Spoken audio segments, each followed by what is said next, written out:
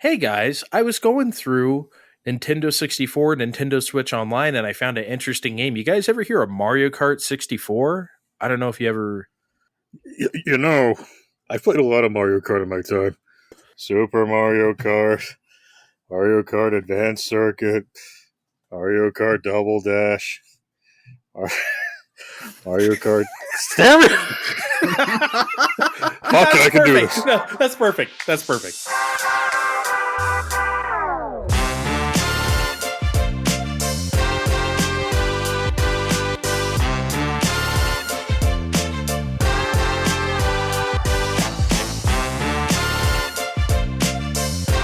Hello, party people. I can actually say that now without blowing out my mic because I have a microphone that's not a piece of shit. It's your boy Dre. God, I'm going to yell at you a lot now. I'm going to yell at you for your bad takes. I never yell at myself for my own bad takes. It's not allowed on this show. You should. I mean, one of you, that's your job. Steve, will you yell at me for my bad takes today if I have any? Okay, I think I will sternly talk to you if you have any bad takes. I want you to yell at me. That doesn't feel necessary with our equipment. How do you... We're never going to get popular if we don't have any sizzle. God damn it. I've still got a shitty mic and I'll yell. Okay, well, if you don't yell, we may not be able to hear you over the din of the shitty. Okay. So, hey guys, we played video games. Allegedly. It's a rumor. I don't know who started it. Pong? I'm going to talk about the games that I played. Or just one for now, before me and Kevin talk about one we played, not together, but at the same time, or I guess I played a lot more of it. But that's later. Anyway, so before even last show, in our little Discord, Steve, we were talking about Blaster Master, and Steve was saying he beat it, and I was like, no, you fucking didn't. Like, no, I'm sorry. No, you didn't. I was thinking of something else. I don't know what the heck I was. And I was like, that game's impossible. You don't forget whether you beat that or not. Like, that game is ridiculous, right? It's like, okay, maybe I didn't. And I had this game when I was a kid, and I shouldn't say everyone, it's well known for being not just really difficult. It's an action adventure game. There's no passwords. You got to do it all in one shot. And guess what, folks? There's no continues. You fuck up too much, you start the whole game over again. It is brutal in every facet of its being. And so I never beat it when I was a kid. But now, with the power of Nintendo Switch Online, yes, you can make your own saves. You can do this and that. You can rewind if you want to, but I kind of wanted to beat it legit, not for any sort of oh, I'm such a cool gamer, but I was like, I just wonder if I could do that, because when I was a kid, I committed the first 3 levels to memory. I got those down, but after that, it was kind of a crapshoot. But then I was like, oh man, do I really want to put the time into this? Then I noticed something, or I read something online. Blaster Master has limited continues. Chowakase Senki Meta Fight, aka Blaster Master in Japan, has unlimited continues. You can continue all the fuck you want. So guess what? I loaded up family computer, Nintendo Switch Online, and I had myself a ball. Yes, this sounds silly in an age where you could just make your own saves or whatever. I understand. But, I just wanted to do the thing as the developer intended. So I did. I finally beat Blaster Master in my life. And I just want to say, this is the ultimate almost masterpiece. And I've always felt this way. The art direction's incredible. The music's legendary. It's almost a masterpiece. I think anyone who has played it probably feels that way. It could have been, honestly, one of the best games of all time if it had a password system. We talk about Rygar, we talk about Metroid, of course, any other thing in that genre on the NES. Blaster Master is just held back by... That's the director wanted. He actually, I read something when I was researching why the Japanese version had unlimited continues. It was a bug. The manual in the Japanese version actually says you only have 5 continues or whatever, but you play the game. That's not true. You continue all you want. The director wanted you to suffer for the art. That is a direct quote for him. And in turn, the game suffers too. But seriously, like, guys, imagine playing Metroid without continues. Imagine playing, Rygar is short, so it doesn't have a password, but imagine having limited lives in Rygar. Like, fuck off, right? For some reason, Blaster Master always gets a pass on this because it's so fucking cool. Like, sometimes you just want to give things the benefit of the doubt, Steve. I think the situation at Sunsoft is like the situation at Interplay right now, where it's just one guy and a lawyer in the office like, oh man, do you think anyone wants the rights to this stuff today? Oh man, I sure hope so. I mean, City Connection does Jalico, right? Because, I mean, what else is Sunsoft really doing right now? I mean, they made you suffer for their art the whole time, but other than farming out 3 Blaster Master Zero games, like, come on, after a while we have to stop being Zero. What else is Sunsoft doing after they made you suffer for the art all that time? I don't know why we're attacking Sunsoft like this now for Inti Creates Blaster Master Zero. I'm not sure why. I'm not attacking them. I'm just like, Sunsoft, what are you doing over there? Where's the rest of your library? Your Nintendo Entertainment System, Nintendo Switch Online. Seriously though, imagine dying at Ridley and then having to start literally the entire game over. By the way, this is why I always get so fucking pissed at people who detract Zelda 2 and say, oh, when you lose all your lives, you gotta start from the beginning. No, you fucking don't. You have all your shit. Those are the people that are annoyed when they have to park far away from the theme park when they go to Six Flags or something, that they had to park in the Tweety lot and it's like half a mile's walk to the thing. Oh no, we gotta walk all this way to get to where we want to go. But you did the thing. You're prepared for what's ahead. You know what to do.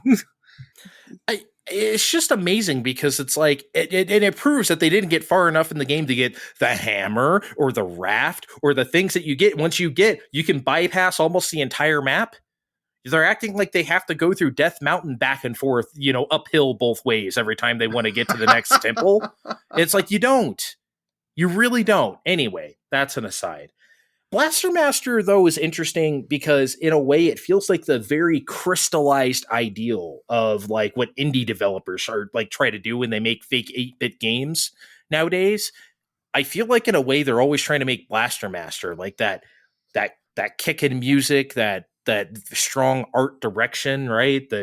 Even the sound effects, that seemingly endless expanse, even though it's not endless at all. And unfortunately, also they copy the crippling difficulty. But if you're like me, if you ever had Blaster Master as a kid and was too much for you, and go play it on family computer, Nintendo Switch Online, and have a ball, because I did. I'm glad I finally did that. I've got the hard hitting questions here. You said, and I quote, you didn't do it because I'm such a cool gamer. End quote. Yes. But after you beat it on Famicom, did you feel like such a cool gamer? You know what? I kind of did, actually. I kind of admit I do. I did. I do have to say, after listening to you, I am feeling inspired to go try this on my own time. Do it. Please do it. It's such a great game that now, mitigated. Oh my god. Well, if you do it, then I'm going to be the only one that's not such a cool gamer here. Yeah, don't you want to be cool? Don't you want to be fucking such a cool gamer? Cool? Come on, man. Anyway, Steve, I think you played a game that was frustrating in a much different way than me. Well, you know what? I found I was up way too late last night. I wrapped up Horizon Zero Dawn. And I had fun with the whole thing, especially with the story reveals. I mean, I called the one story reveal like in the first, as soon as you said, you came out of the mountain, I'm like, clone. But I didn't, and then my English major brain, which I was for like a year and a half, was like, she's called Aloy because she was forged to be this way. She was literally molded to be this person for these people. That's almost a little heavy-handed, but okay, we'll go with that. But I sure wasn't expecting all of the rest of that, which it was good. But the game app itself, the reason I'm kind of done now and not just dicking around like I do with a lot of my other open world adventures is, I just kind of felt like they kind of just stuck stuff on the map just to stick things on the map. Like, right, there was one guy asking me to find coffee mugs, and then there's those giant deer walking around that I think I only climbed on the top of one, and that's a pain in the ass to do. And I didn't even think that was possible. You only did one? I only did one. Huh. Like the Brontosaurus things. Yeah. I didn't even know you were allowed to only do one. Okay. What, you had to do more? No, I didn't I just... Did them? Yeah, I guess so. It was a pain in the ass to do the one I had to do because okay, let's scan the footprints and then maybe go to the point. And like, no. How many times am I going to do this? I'm already over leveled for this part of the game by the time I found my second one. I don't need any more advantages because once I got the bomb sling, everything just dies. It's like pull back, boom, boom, boom. All the parts blow off. Collect more blaze. Everything just falls apart and whatever's. And that's fine. It was a good time. I didn't pay for this game. I'm not. If I bought the collector's box in 2017, I might have been a little disappointed, but I didn't. But I had a good time, and I'll play Forbidden West eventually, just not right now, Kevin. Sorry. It's kind of interesting because I honestly really thought Horizon was going to be a Steve game. I didn't expect the lukewarm reception. It was a Steve game, just the part where I played it more linearly but also in retrospect, after playing Forbidden West and then listening to you critique it, a lot of your issues were kind of around the side quests and not like having it fleshed out enough. I think they probably I think you'll have a better time with Forbidden West because especially with the side quest stuff, that's where they really up the ante. I mean, the people fleshed out their own story for me as I went along. There was this one guy that fairly early on that implied he was from another country, region, place that we don't go to. I'm assuming we go to in the second game. Not just Forbidden West, all capital letters, trademark, but somewhere else.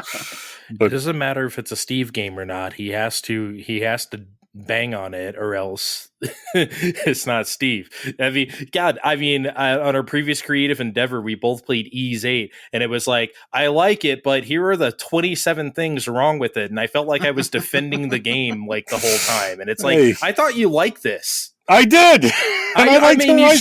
You sure have a fucking funny way showing it. I did. There was fun dinosaurs. Although, and that's the other thing.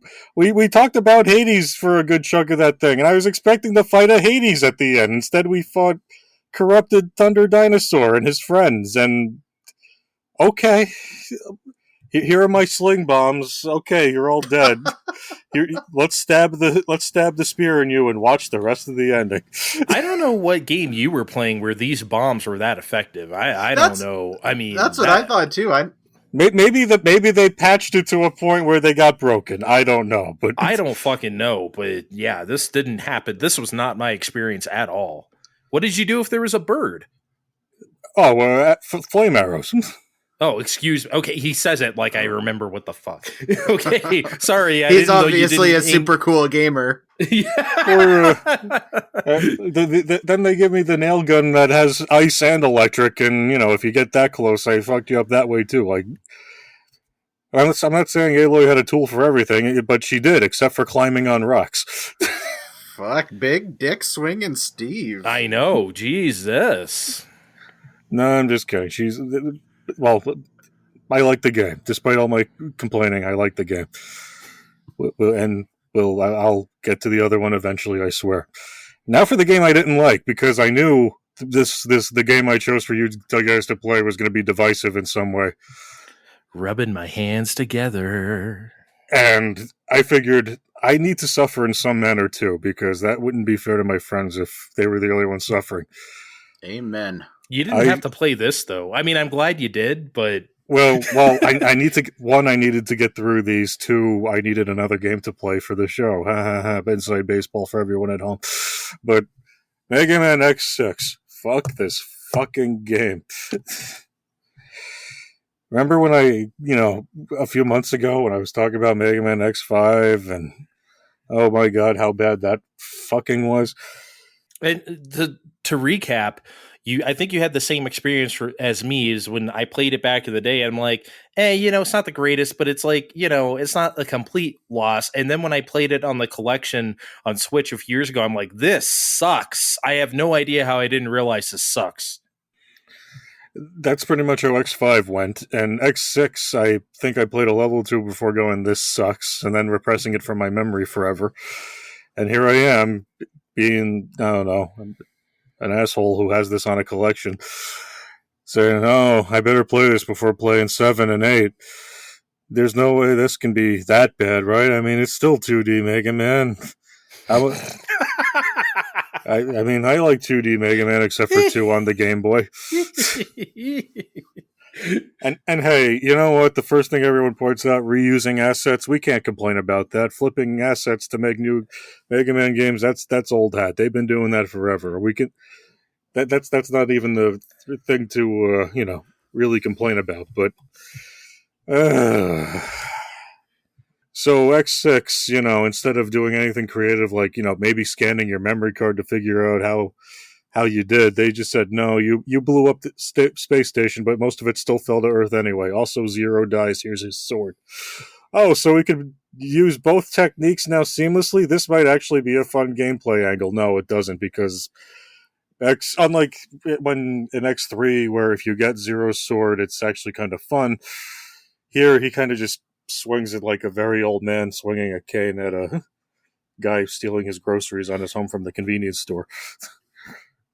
What is it with every Mega Man X game that's not X4, like just basically punishing you for daring to want to be Zero or use his lightsaber? It's like, oh, you want to do something fun? No. Like every time.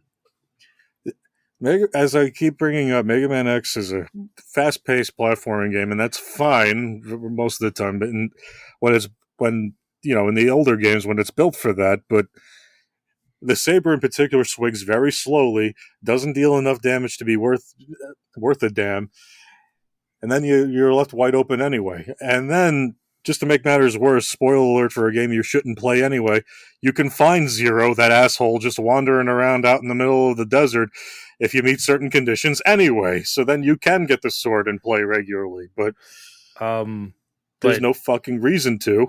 I'm sorry, what? But X was doing something out there when they meet.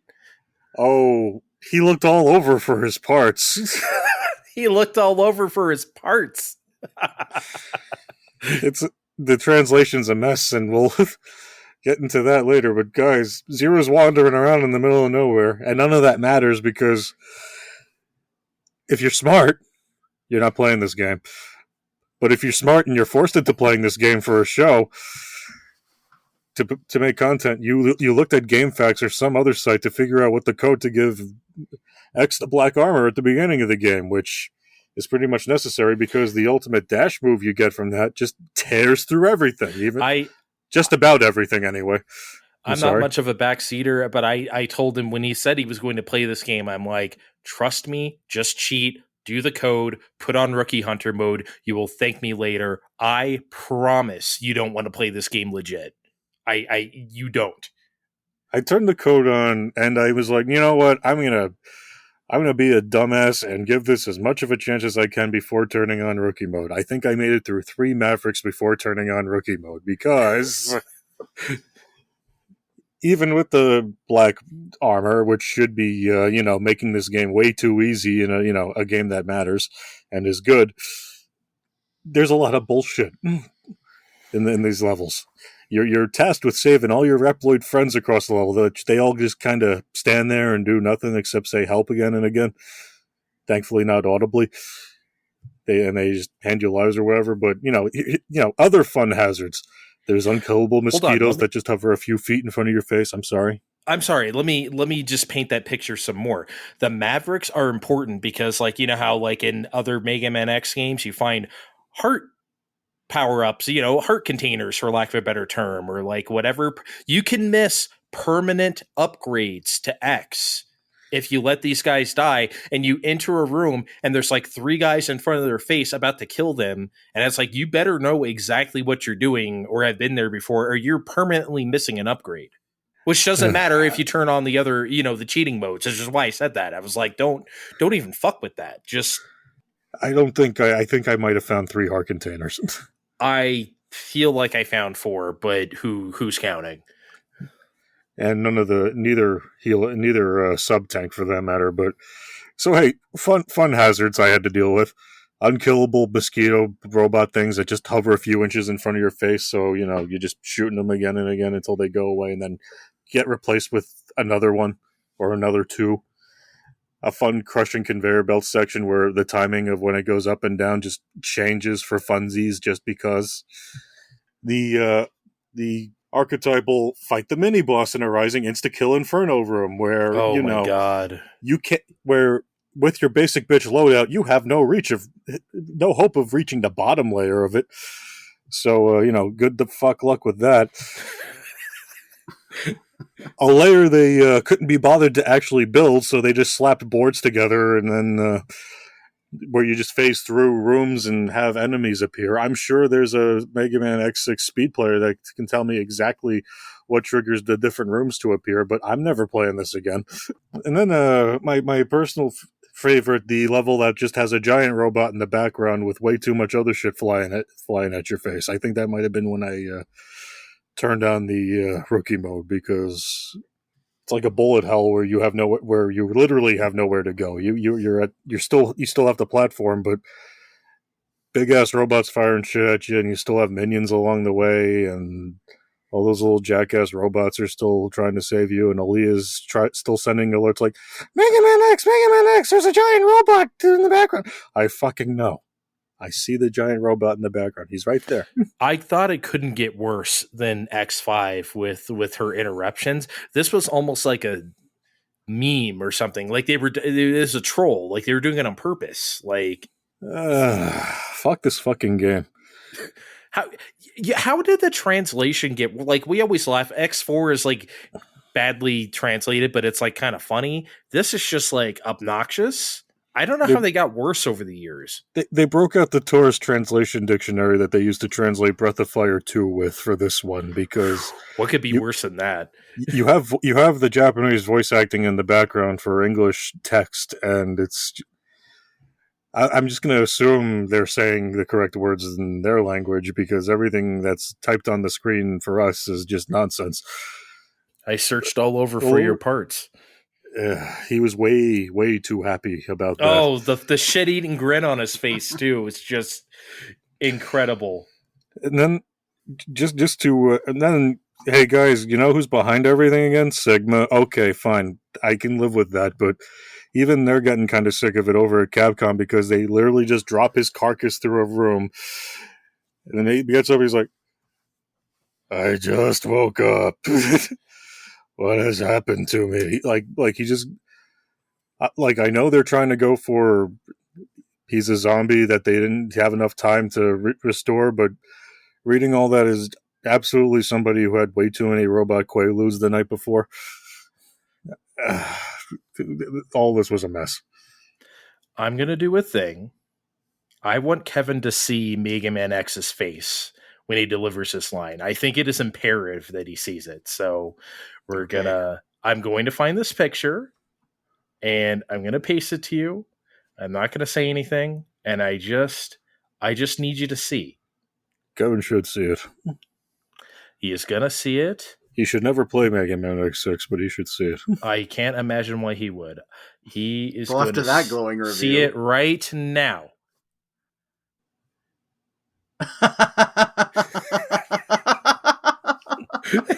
I mean, he's definitely satisfied. Oh, he's very, and then like Zero is just like, oh baby, right? And then he searched all over for his parts. What can he say? This almost looks like like an erotic novel where you're bartending or something. Speaking of which, Well, I've got my game before we. oh, that's right, that's right, that's right. Go ahead.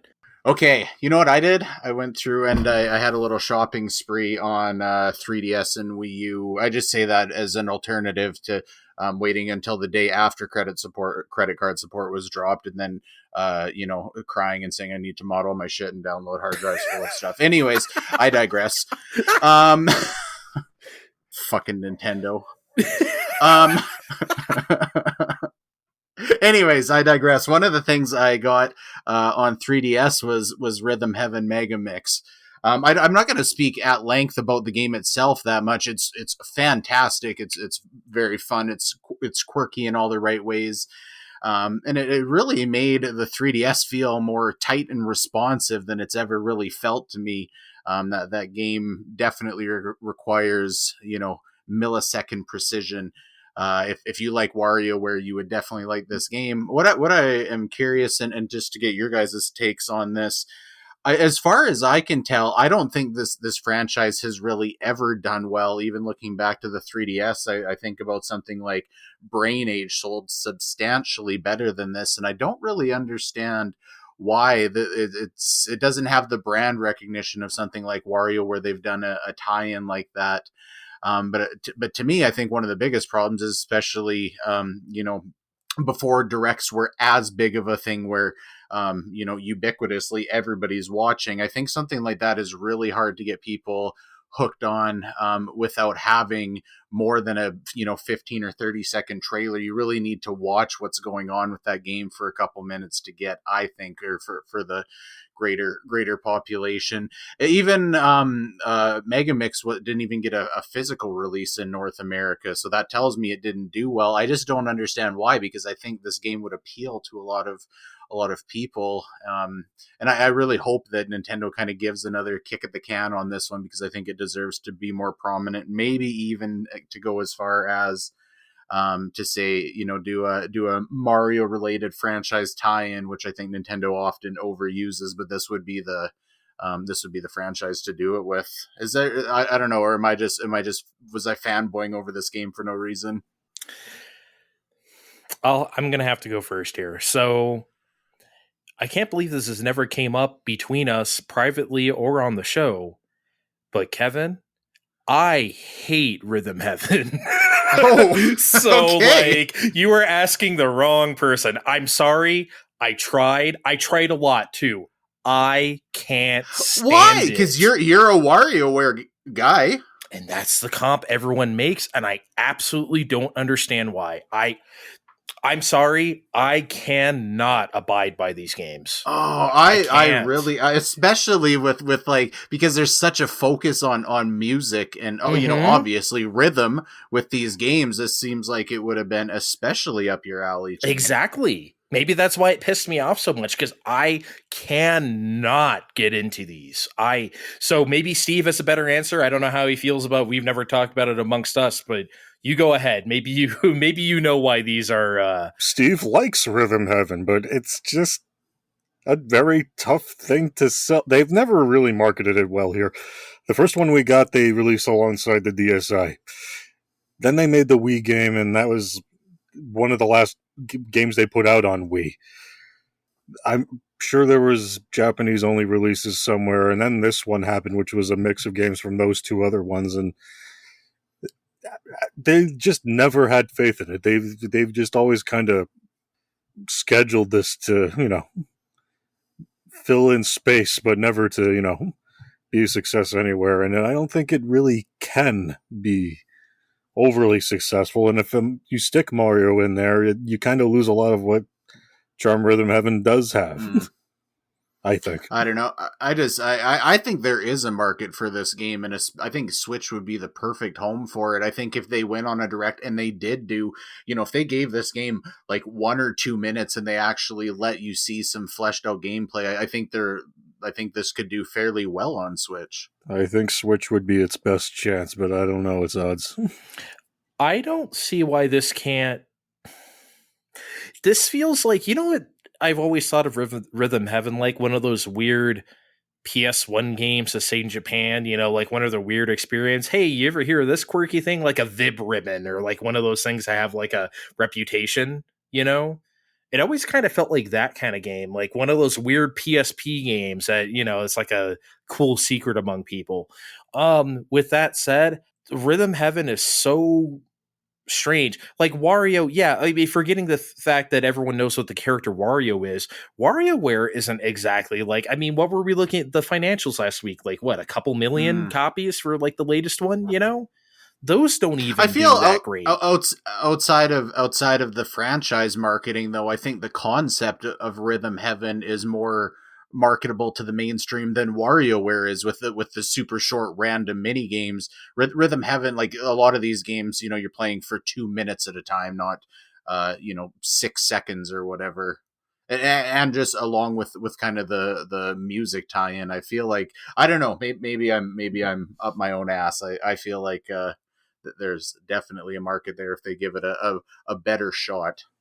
Look, we found a way to turn like a quirky Japanese game into elite beat agents, you know what I mean, and sell it here. So you know, where We there's did a not, will, we did not in fact sell it here. where there's a will, there's a way, right?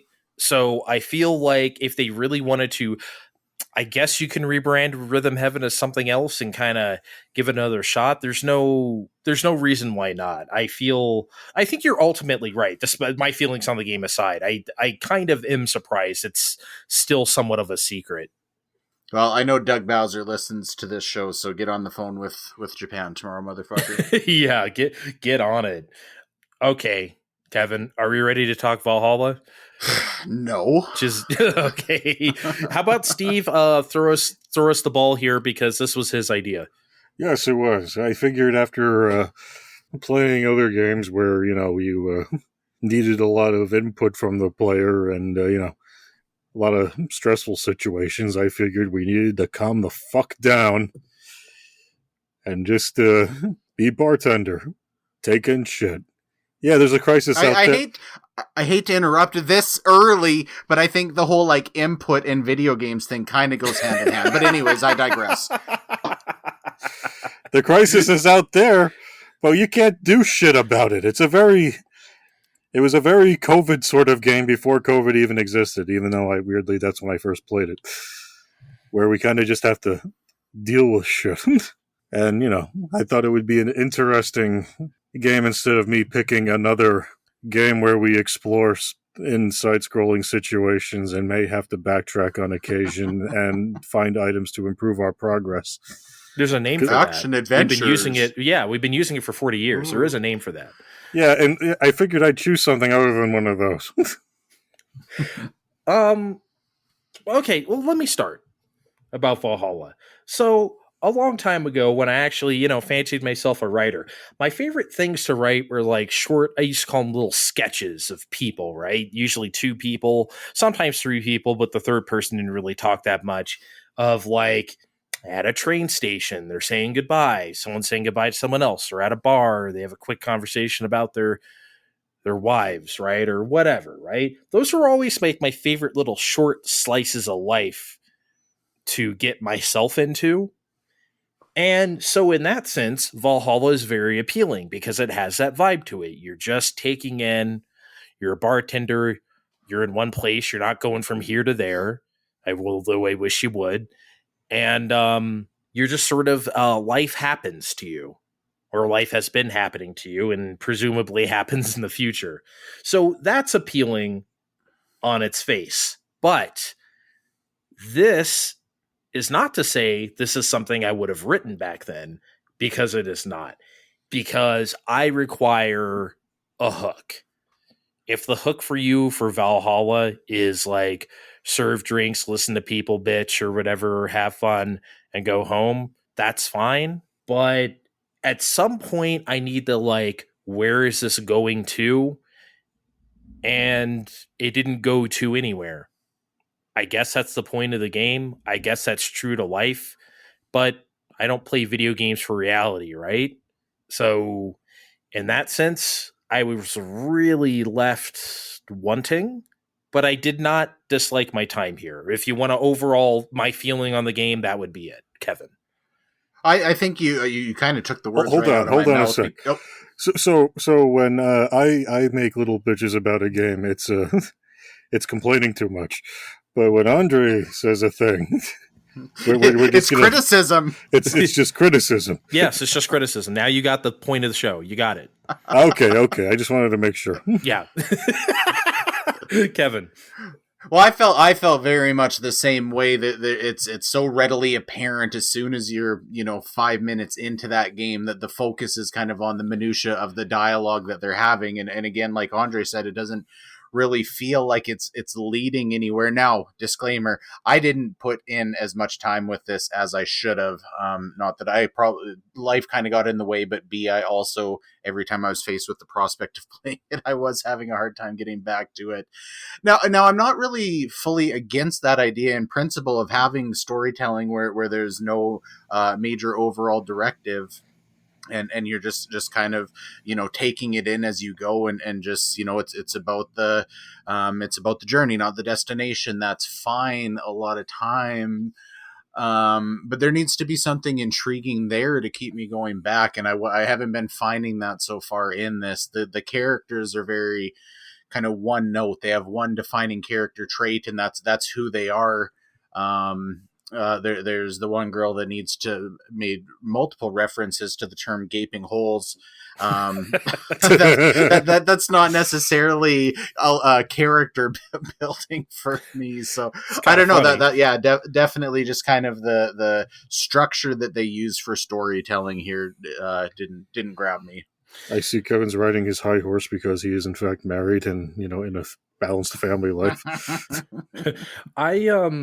Everything is in place though. Like, this is, as a cyberpunk game, we got all the cyberpunk stuff, riots, very comically disparate classes and warfare and rights and discrimination of like synthetic people and all that type of shit, laws of robotics even. All that stuff is here, and I like that stuff. Those are things that don't ever really wear off on me. So I enjoy that stuff is well entrenched, and all the lore is pretty good. I liked all the world building stuff, like Mega Christmas. I don't know why we have Mega Christmas, but we do. Literal white knights, like the cops or whatever, like they're literally called white knights. That was good. What a great movie is? Blade Runner. Yeah, it's pretty good, huh? Yeah. In movie one of the form. best movies ever made, yes. That's great.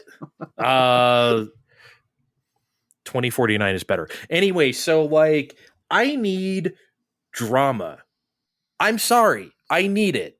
Like, when I have a cast of characters this colorful, like, my favorite shows are, Mad Men or Downton Abbey or like whatever. I need that. Or look, if we want to compare to another game of its type, even though I don't feel like it is, because you don't actually do anything except read, Phoenix Wright has all the drama. Now, that's courtroom drama, and yes, that game does a lot to like have every character you meet tied together with a big bow. I don't necessarily need that at the end, but I need more than what I got. It's tough. It's like all the characters are in place, but I didn't ever feel. And then there's stuff that is just straight up like not told to you at all. Like, there are things that just do not resolve. I'm sorry to spoil, Kevin, but like, there are things that they talk about that never really come to fruition. Again, maybe that's true to life, but I need more than reality for a video game. I'm sorry. Well, they fucked up there too, because there was supposed to be a follow-up, but life happens and we still don't have it.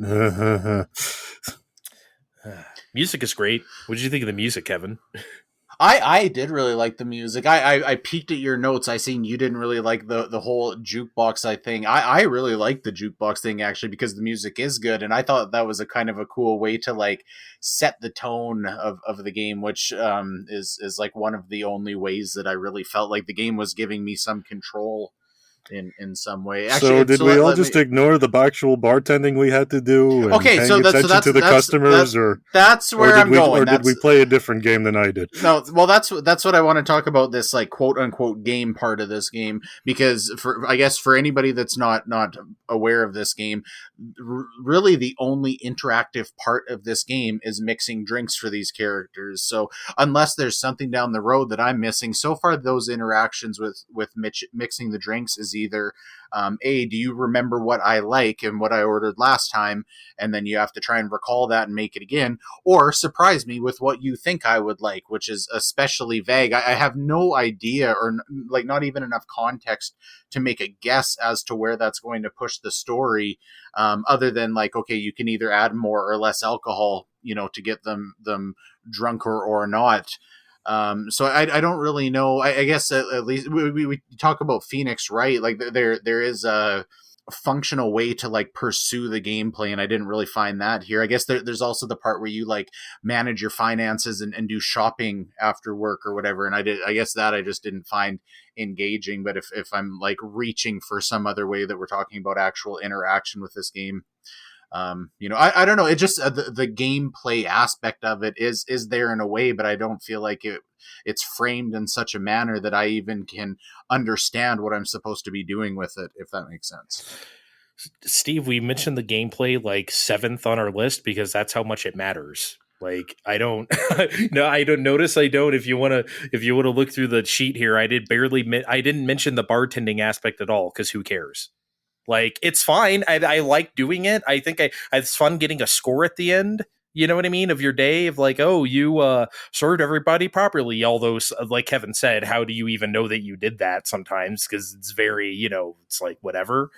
But like, that's fine. That's a good little like, but I'm not going to like come back to the game and keep playing some more because I get to serve drinks. That's not really, what I mean? So I mean, I'd be mad, but this is about how I thought this was going to go. So I will say I can see the appeal to this game to the right person. I think if you like that kind of cyberpunky anime storytelling, and if you want to be told a story in this medium, I don't think this game is a loss in that respect at all. I mean, to be honest, if I do want to do something where like the primary directive is to read, I'm going to read a book.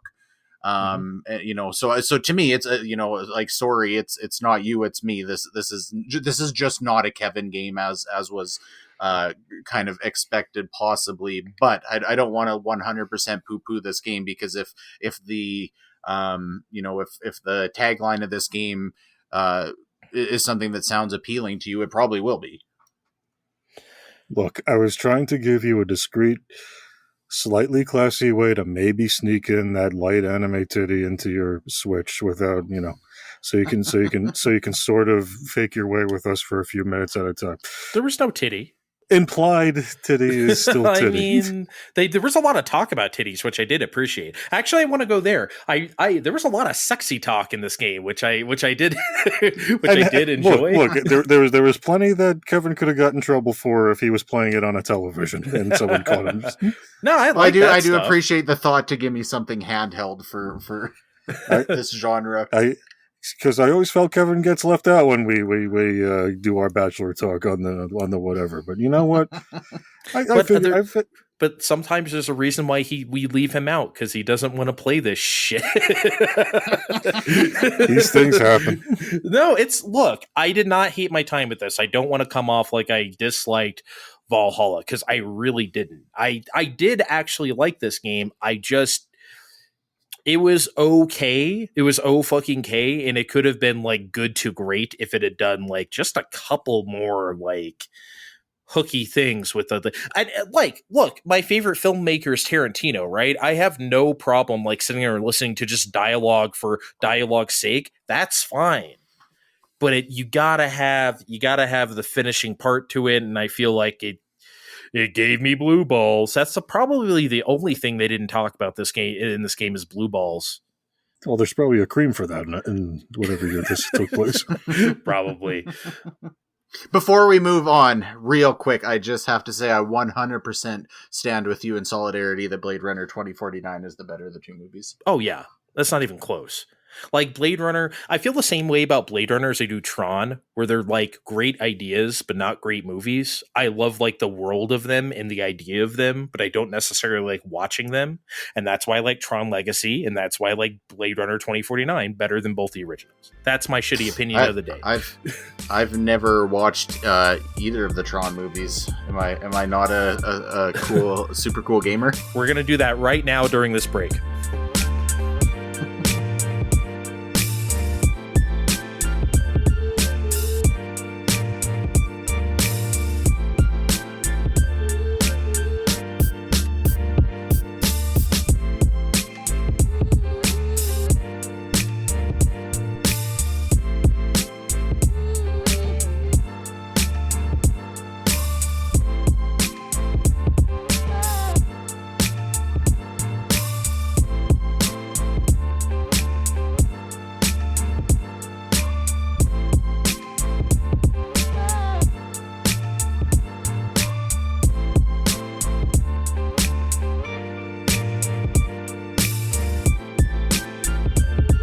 Okay, Kevin has now watched Tron and Tron Legacy in that break.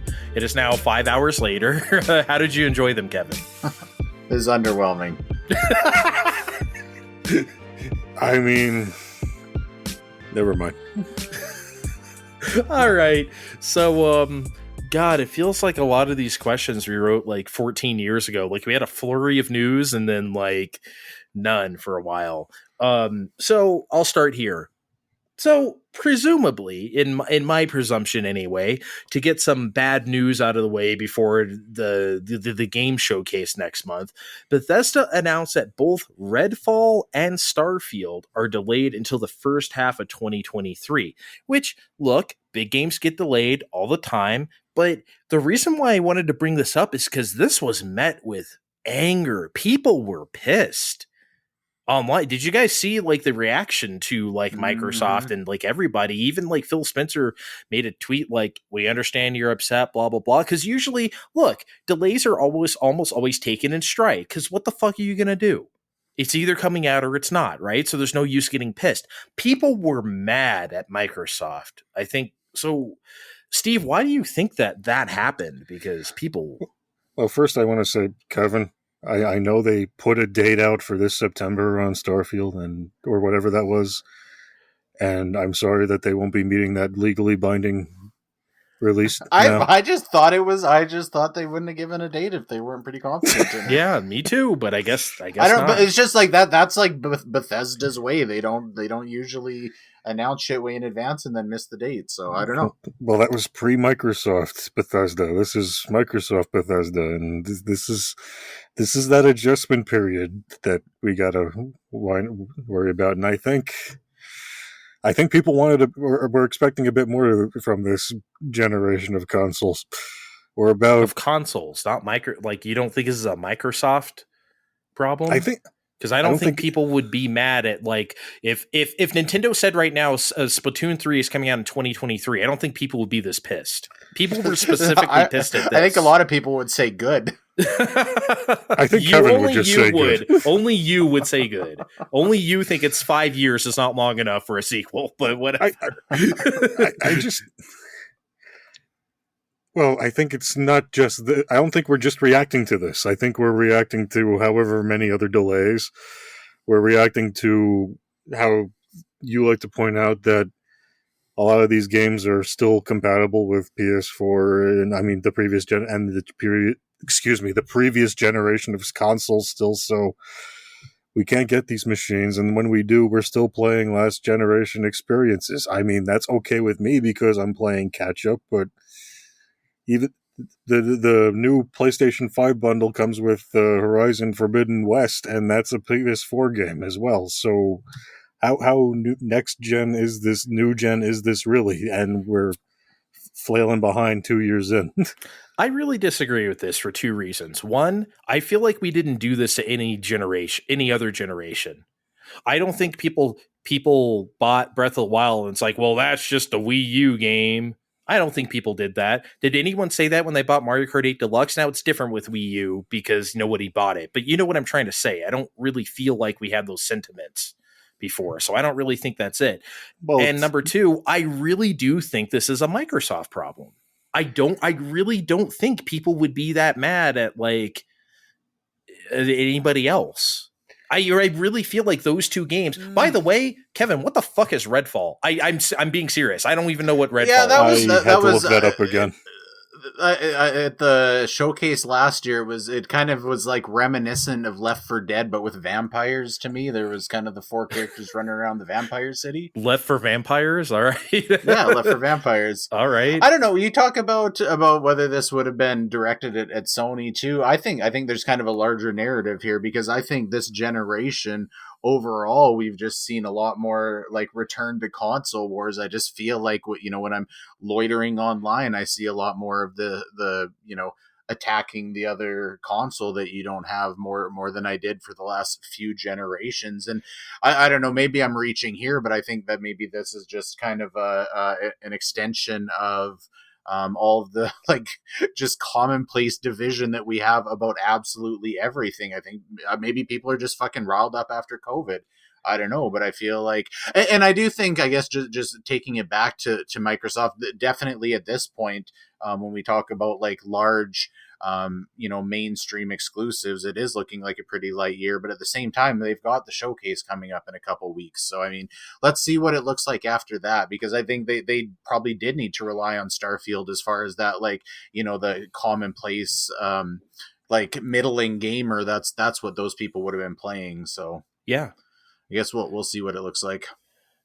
Yeah, I don't know. Like I said, if I mean, it's a little late now because they moved it up, but if Xenoblade 3 got bumped to 2023, I don't know, man. I don't see it. So we talk about hate towards Sony though, and I've sure seen a lot of anger about PS5 still not being available, and that's pretty, like, people are fucking pissed about that, and it definitely is harder to get PS5 than it is to get a Series X.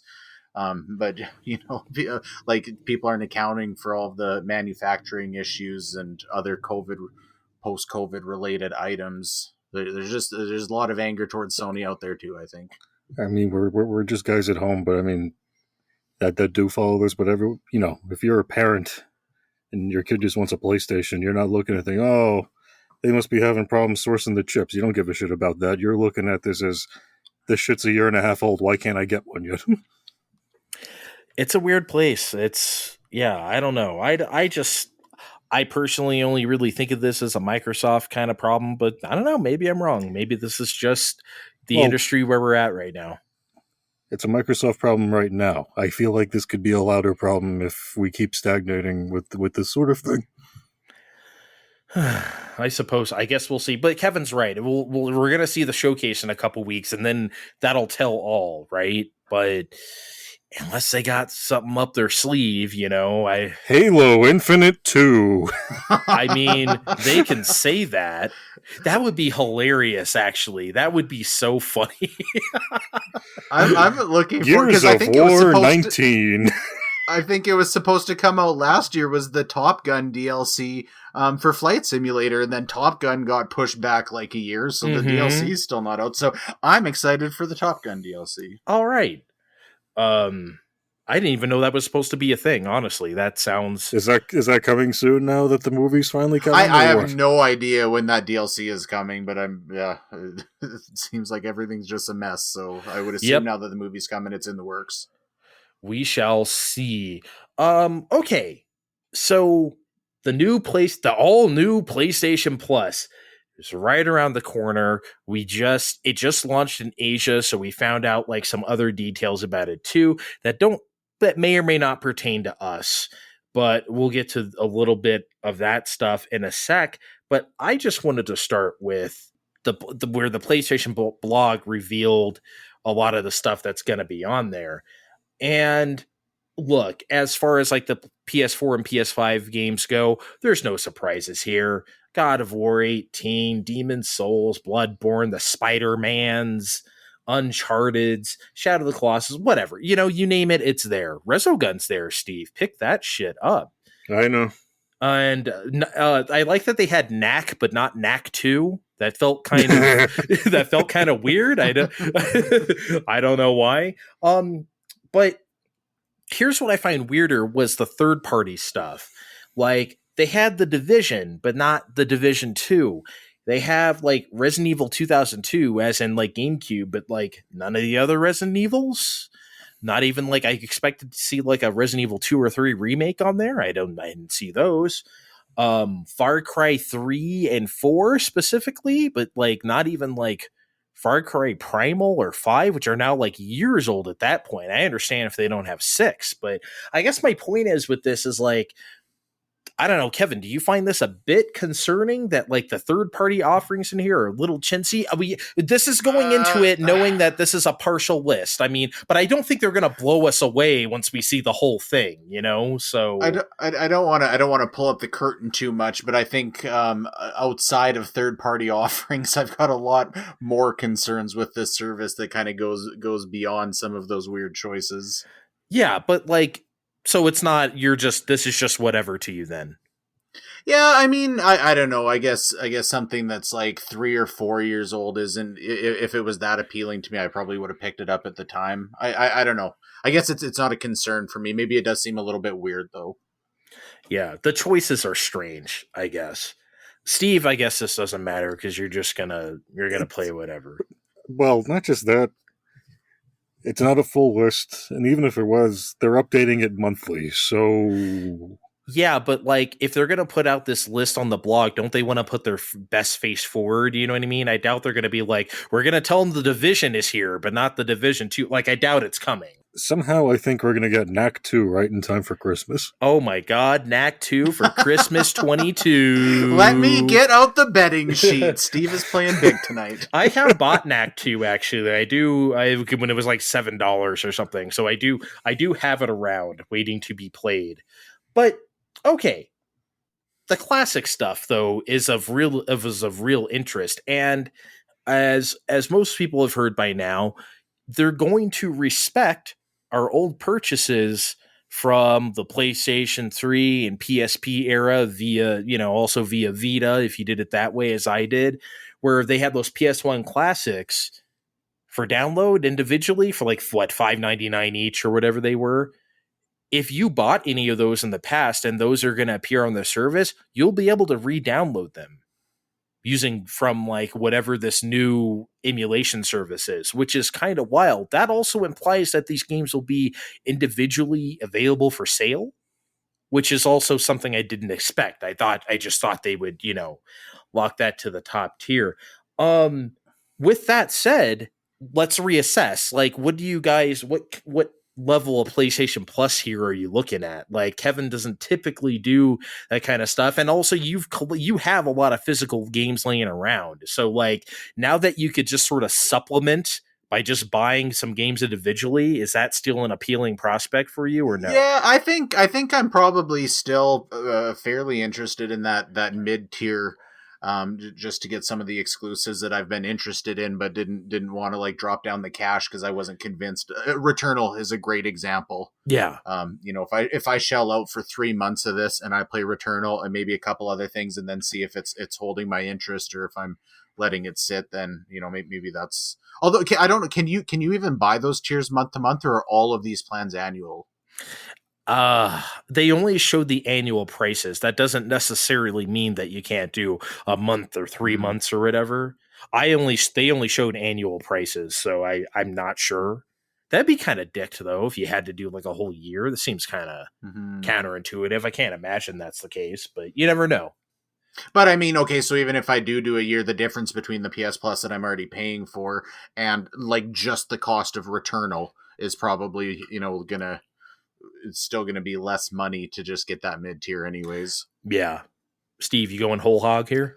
Oh, whole hog was explicitly made for Steve and his PS5 because I don't have a backlog of PlayStation Vita purchases that could transfer over, so, or even very many other physical games for that matter. So this is a very good opportunity to not pay $60+ to play catch up.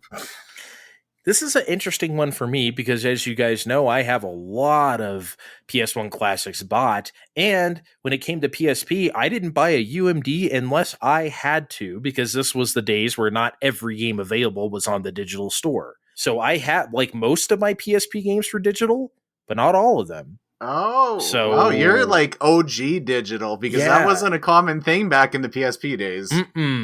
I like, that's kind of the reason. Yeah, I got a PSP in like 2009 or something, so I waited a little bit.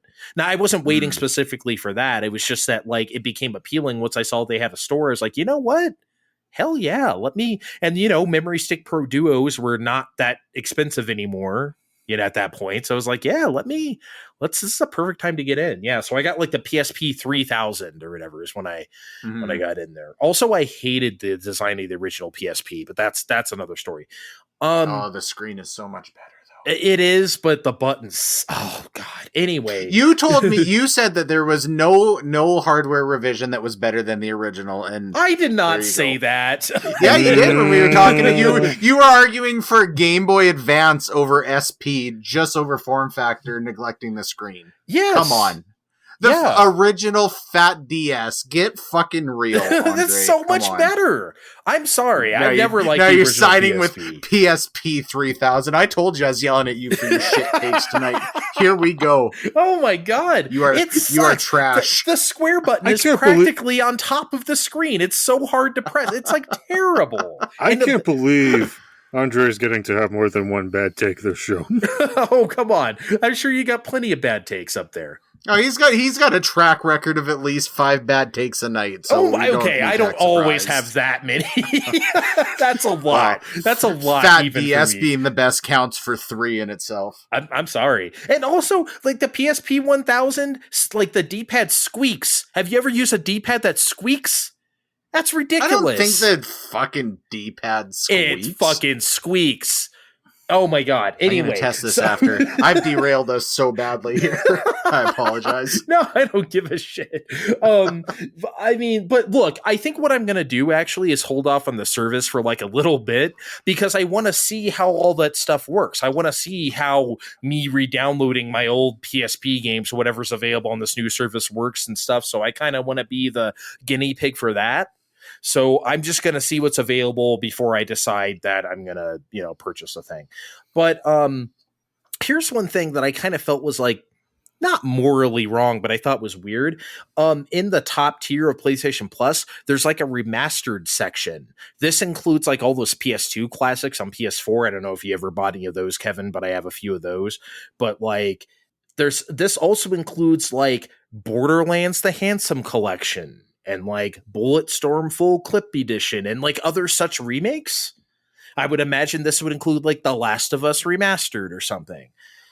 That doesn't feel right to me. I feel like that should just be in the middle tier. Those are just PS4 games all the same. That feels a little chintzy, guys. Don't you think? It's not going to matter to Steve. He's going whole hog anyway, but like... I think this is a move to pay some of these third-party developers for whatever, because they're not giving this shit away for free. They're not like, oh, please just throw our thing on your service for nothing.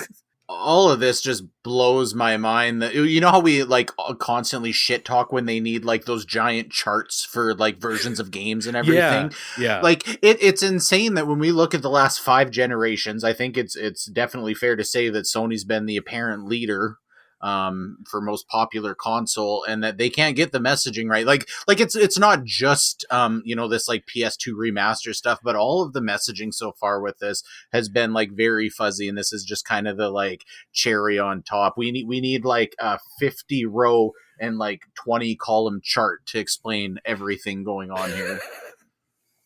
It's just messy overall. It is messy. This could have been a lot. There's no reason why there needs to be a remastered section on the top tier. That's weird.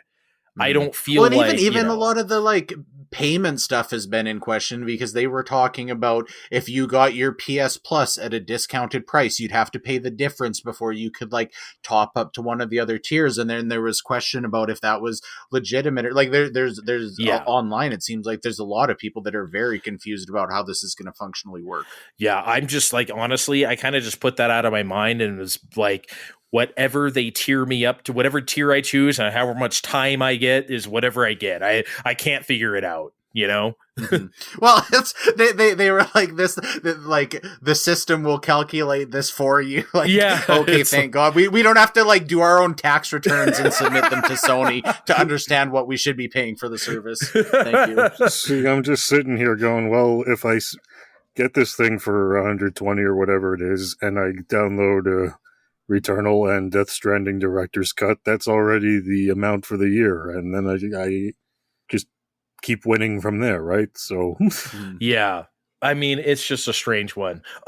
As I said, this service is now out in a lot of Asian countries, like I think Taiwan, Malaysia, some other countries too. And we learned a couple things.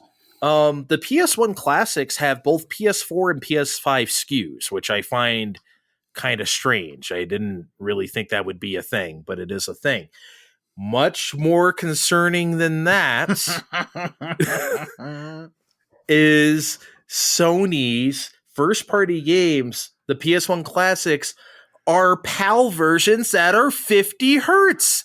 I cannot believe they're doing this again. This happened with the PlayStation Classic, just in case anyone doesn't know. They're doing this again. How does this keep happening? I've seen a handful of people online playing devil's advocate and saying, oh, this is the quickest way they can put out a multi-language option. I'm like, Nintendo 64, Nintendo Switch Online just lets me pick between North American and Europe if I wanted to just play this stupid game with you. We can play Star Fox 64 and we can play Lilat Wars. It's very easy. Yeah, that's a big deal. I mean, it's got to say something in itself when like retro mini consoles were the fucking biggest craze and you couldn't get them anywhere, and then all of a sudden Sony releases one of the most popular consoles ever, and it falls flat on its face, and everybody directed this as the biggest criticism. You would think they would take that to heart. Yeah. It's just unbelievable. I don't know. God, please fix this for us. Like, that is awful. Like, I'm sorry. God, I mean, forget about playing like 60 frames per second games at 50. Imagine playing 30 frames per second games at something even just... God, please fix this. Go home, Sony, you're drunk. Yeah. Anyway, last time we did the Nintendo financial year-end report, and I also mentioned Sony had theirs. We didn't have time to get to it, so I kind of wanted to go over some points of that real quick right now. The lifetime PS5 sales up to whatever it was, March 31st, 2022, we're at 19.3 million, which is a number that kind of shocks me considering the shortages, right? Like, didn't you expect that number to be lower, Kevin? I don't know. I just like, all I know is whatever that number is, it's just indicative of how many they can produce. I don't know how many I would expect, but like, it's been November 2020 since they've been pumping these things out. It doesn't seem that long because time is fucked now, but it's been a while. No, yeah, I'm with Kevin on this one. They're clearly, I'd be more concerned about looking at PlayStation 5 sales when I can actually see one on a shelf. That's not just the display one in the little fish tank at Best Buy. Yeah, we can't do that anymore. Here's one thing that really shocked me even more though. The digital software ratio, I think this was for Sony first party games if I'm not mistaken, but even if it's not, it's still a shocking number. 71% of people buy digital games nowadays, at least PlayStation gamers. That is crazy to me as a digital gamer myself. Like, even that's a wild number. I still expected it to be more 50-50 personally. 71% is wild, guys. There's a lot that number doesn't tell us, though, because I don't know if that's counting for like one game per unit or if that's accounting for revenue. I don't know if that's accounting for like PS Plus digital titles. So, we think about, okay, so if somebody buys, 10 games that are on sale for $3.99 or whatever, and one game for $80 and gets the physical version for the $80 game, are we counting that as like 10 per, or like, 10 to 1 for digital? I think this is just a hard number to read into. Let's say, okay, you're right. It was presented somewhat vague too, because I tried to read the report and try to get more details on it and I couldn't. Let's just, for the sake of argument, say that it is Sony first party games that you buy, like, I don't know, let's say Horizon. Would you be surprised to know that Horizon Forbidden West sold 71% of its copies as digital? Because I would. Absolutely, yeah. And I don't think I don't think that can be what this number is. Do you really think this is like all unit sales total, including like buying games for 99 cents on like, on some sale or whatever? I don't know. I think there's a good chance that it might be. I don't know. How do you so what's a valid reason to exclude those sales? Because they're digital only. Just because it's a Sony report, and I think they were reporting on their own shit. They're still making revenue off of all of the digital sales, though. I mean, it's a fiscal report should account for that. I suppose so, but it would be weird to count like Mutant Muds for like $2.99 or something like that for like your. I don't know. Is it beneficial for them to like artificially inflate this number where they can? I don't think so. I don't think it matters to them either way. Like, what would be, unless there's some sort of investor thing where it's like, oh, really want to go digital, right? To be able to tell investors like, hey, okay, so we're like edging out the secondhand game market. And, like all of the issues that they have with physical games.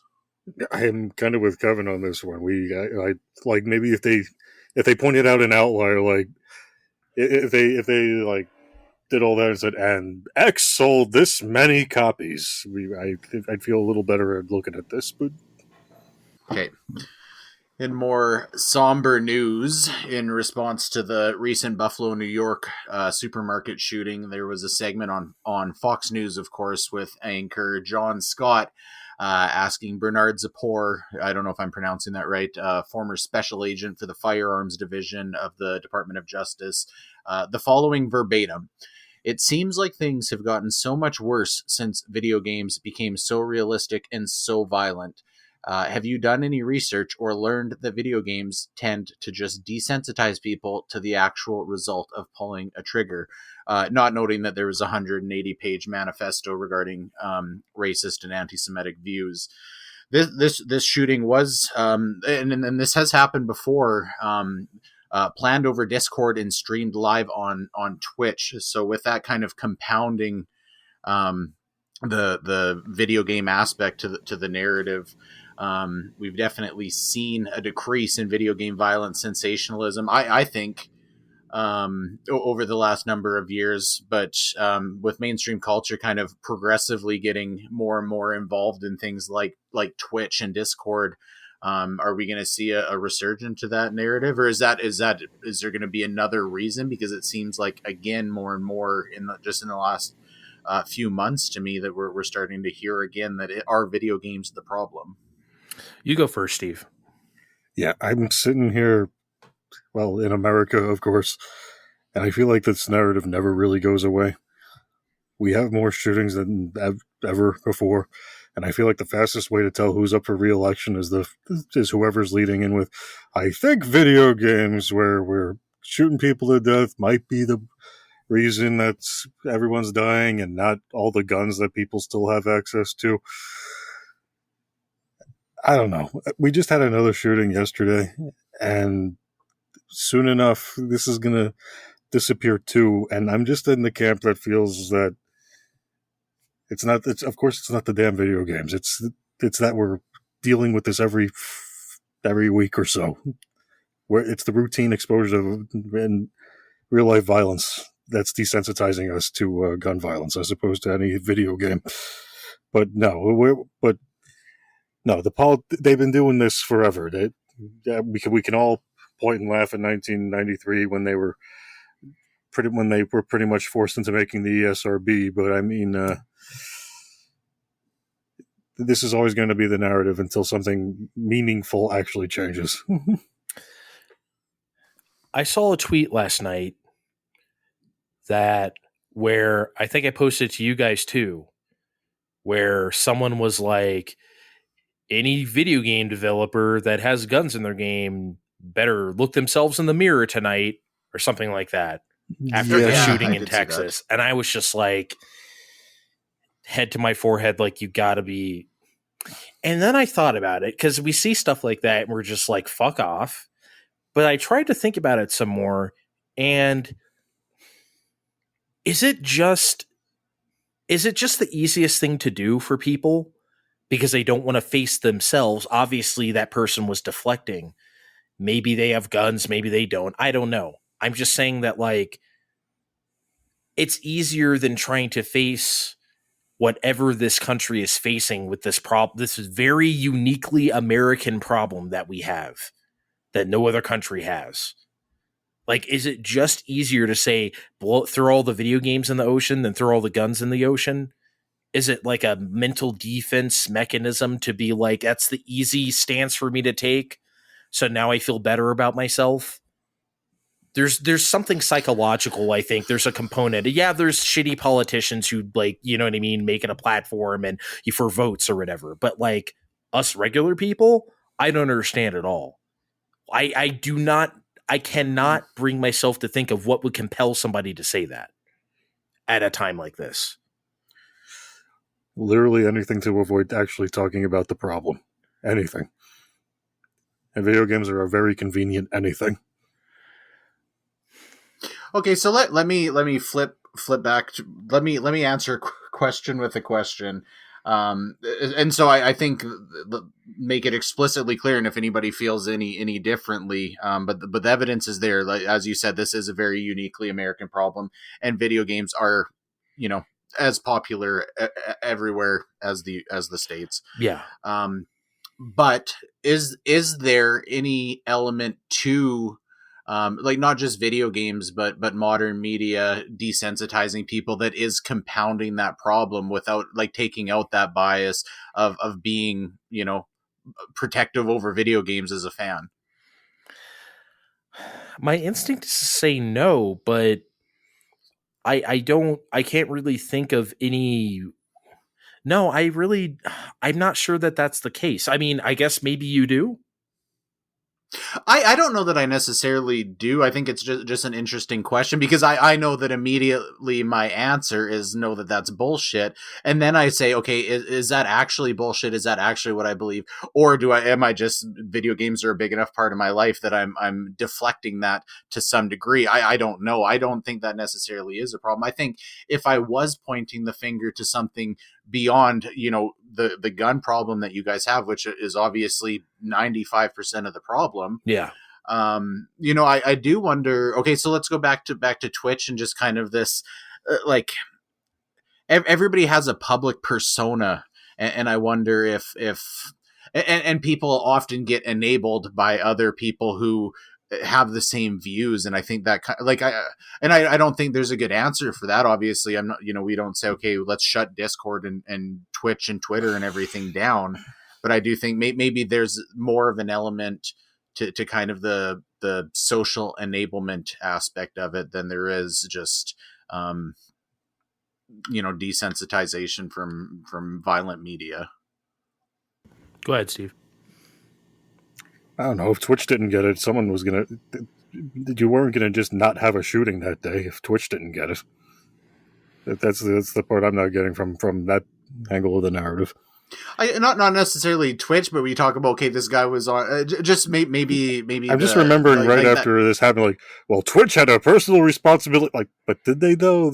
Twitch is a bunch of guys in offices, however hundreds of miles away from any given situation, streaming or otherwise.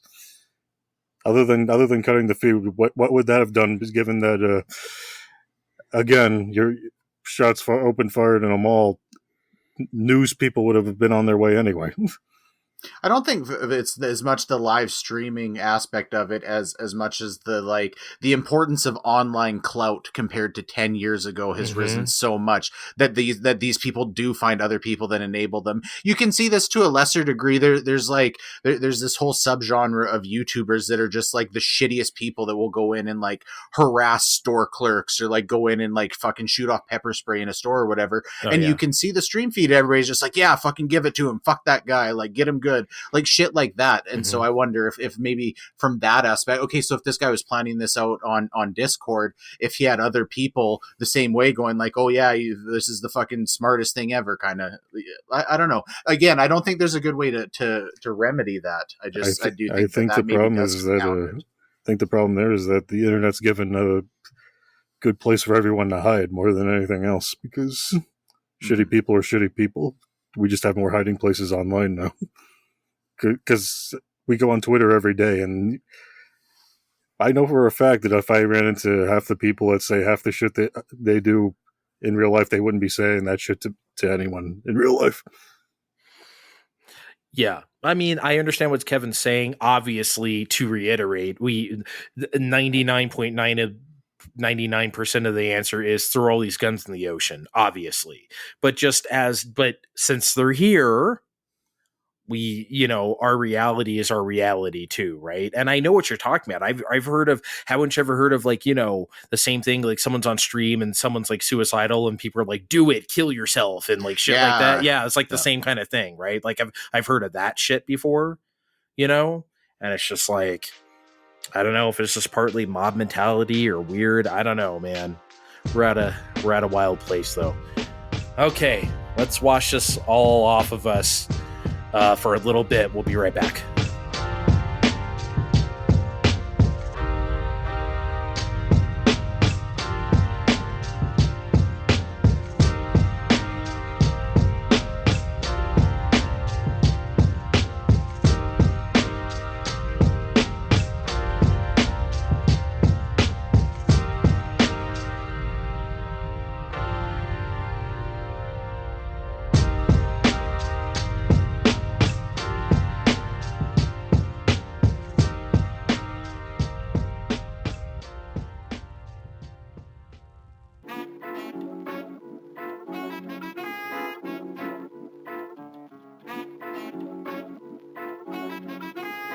All right, everybody. Time for one of our favorite topics. We did it once already. We're going to do it again. I am here to present to you JAV Titles, real or fake. Yes! All right. Steve and Kevin are going to play along. Of course, guess whether they're real or fake. You guys can keep score if you want or whatever. It's up to you. How many you got today? I don't know. I haven't decided. So we're going to play it by ear. We're going to play it by dick. All right. Everyone ready? Mm-hmm. Here's your first ready one. for this. All right. I'm laughing already. I haven't even said a single word. Okay. All right. First one. Female transformation skin. You can transform into a female with this special skin. Real or fake? Real. Real? Okay. Kevin's thinking about it. It's like just too elaborate. I think fake. Fake? That one is real. It's Kevin. Oh, so, yeah. Man. 1 point for Steve up. if you guys are keeping score. I'm keeping score. Okay. We'll be semi-professional this time. All right, next one. The pleasure felt really cannot be disclosed, so they fall asleep with an orgasm of any poke through the anus, the transsexual dick. Real or fake? Fake.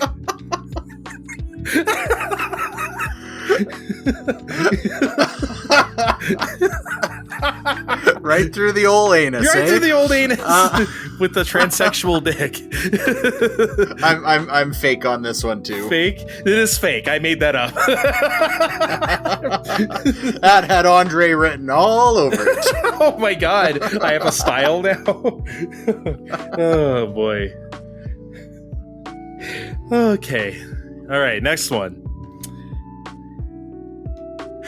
I'm sorry. Okay. Easy when she cries. Her tears aren't the only thing that is wet. Real or fake?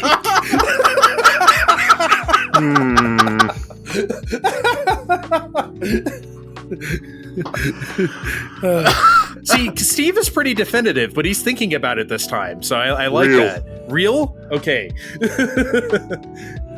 Yeah, Kevin? I think I'm doing real on that one too. That is fake. I made that up. Oh, Yes. I was proud of myself when I wrote that one. Actually, I was like, this will fool the fuck out of them. Fine Time's first major motion picture. Easy When She Cries, part 5. Oh my god.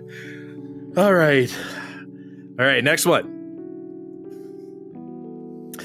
Tokyo Pussy Garden. Real or fake?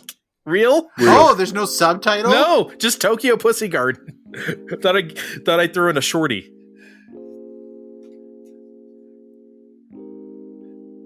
I think that one's fake. I think it would have had a subtitle if it was real. Okay, that is real. Tokyo Pussy Garden is real. I don't know if it's a real place in Tokyo, but I'm getting destroyed here. all right. Next one. Office blowjob. Are you sure she can handle this promotion? Real or fake? Fake. Fake. All right. Kevin? This is a toughie. I think fake as well. Fake. It is fake. Me and Vin concocted that one last night. So, yeah. I was like, I need one more for this sheet. I got a lot of other fakes, but I need one more. Okay, let's do a couple more.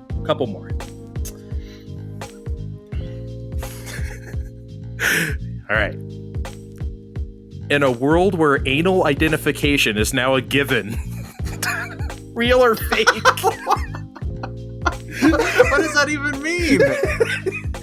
Hey, it's now a given, okay? It's the 22nd century. And I'm gonna say it's fake. You're gonna say it's I'm gonna fake. say it's real. It is real, Kevin. You got it. All right. Okay.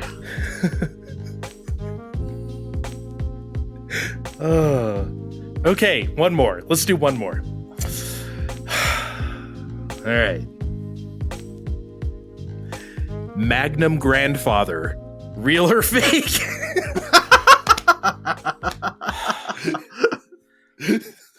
I'm gonna say real. Real? Magnum grandfather, Kevin.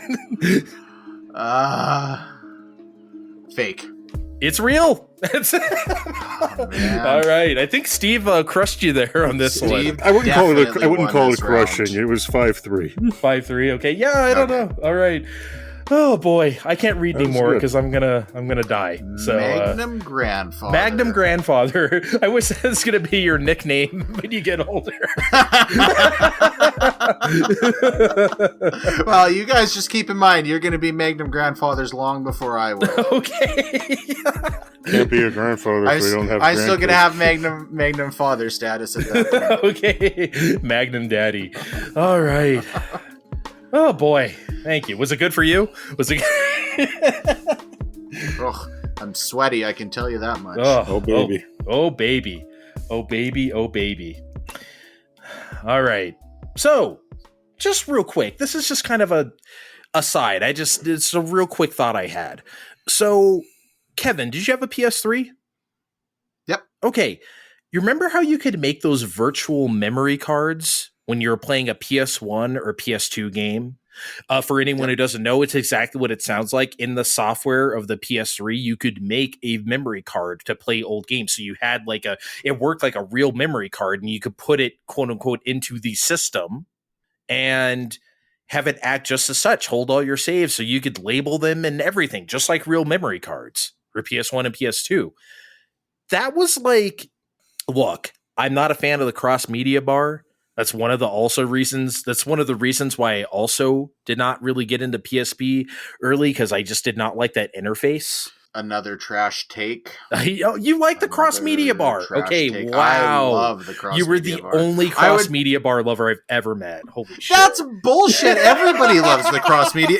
They do. What are you fucking talking about? Oh my god, okay, sorry. I didn't know you were a cross media bar aficionado. One of the best UIs that we've ever had. Anyways. Oh my, okay, now you're wow, no, it wasn't. No, my god. Oh, whoa, Steve's not a cross media bar fan. Steve, did you have a PS3? No, but I didn't knew people that did. Fucking lock it up, my friend. Oh my god! I was content to just have this be Andre has a quick thought about PS3 Virtual Memory Cards, but no, it's not my fault. He started busting out the bad shit he takes again. I did not. Okay, maybe I will get to 5 this episode because apparently. Can we do a fine time poll after this to find out if people do or do not like the cross media bar? Because I am sure that it's over 50%. Oh, no way! There's no way. I don't know. Do we have like a good bet off the top of your head? Because I would bet something on this. Oh I'm pretty confident. God. Okay, we'll have to devise that. Yeah, we'll see if we'll do a poll and we'll see. Folks, tell us if you like the cross media bar, shitty cross media bar. Wow, it doesn't even. That was way better than what I was going to say about memory cards. Maybe I should just leave it there. Actually, no. All I was really going to say was that like. It's the kind of idea that gets forgotten, maybe because people don't really have that kind of affinity for PS3. But it was brilliant. I just wonder why, like, Xbox doesn't do that, right? Because everything just saves as a save to your local drive, right? No matter what platform it's technically for. I wonder if there was something to that bit of whimsy, though, because PS3 could have also have done that, right? It's not like PS5 makes you have, here's your PS4 save section on your, you know what I mean? They're all just saves, right? That touch of whimsy stuck with me, though, even though I am not a cross-media bar liker. It was a UI design element that really, like, ties you to what you're playing. I kind of wish that we had stuff like that still. I know it seems cumbersome or it seems not necessary because it's not. But I hope in the future we don't lose that kind of touch of whimsy. They did also have a peripheral that was just like a little memory card holder that you could plug in with USB mini into USB into the PS3. Now, is there any reason that they would have implemented that kind of system so that those saves would work like flawlessly both between your virtual memory card and a physical memory card if you went that route? Was that the case? Did that work that way? I've never used the USB thing. So. They do have one where you can plug in a PS1 or PS2 memory card into that device, and it's made for PS3 to USB in. Okay, see, I thought like just on just thinking about it, I would just think that's a way to transfer your saves, not necessarily run it off of that memory card. I guess it could be either or, right? Maybe you're right. Yeah, I don't know. I've never used it, so. Even if it is, you talk about whether it's there for whimsical reasons. I agree. I really like that idea. To be honest, even as soon as I seen this topic in here about PS3 virtual memory cards, I thought, great, this is like totally something I want to talk about. Yeah, I always loved that about it. And like, it was kind of, I don't know if you ever played a PS1 classic on PSP, but they don't have the virtual memory cards. They just act as if each game that you download has a blank memory card in slot 1 and 2 is how they do it. So they come with just the two, you know what I mean, emulated already in there, which is fine. That's probably the way it should be on a handheld. But I don't know. There was something to that I loved, and nothing ever did that. That would have been so cool if like we would have had like virtual like GameCube memory cards or something instead of you actually having to use that. You know, which is fine. I still had the accessories, peripherals. It's fine.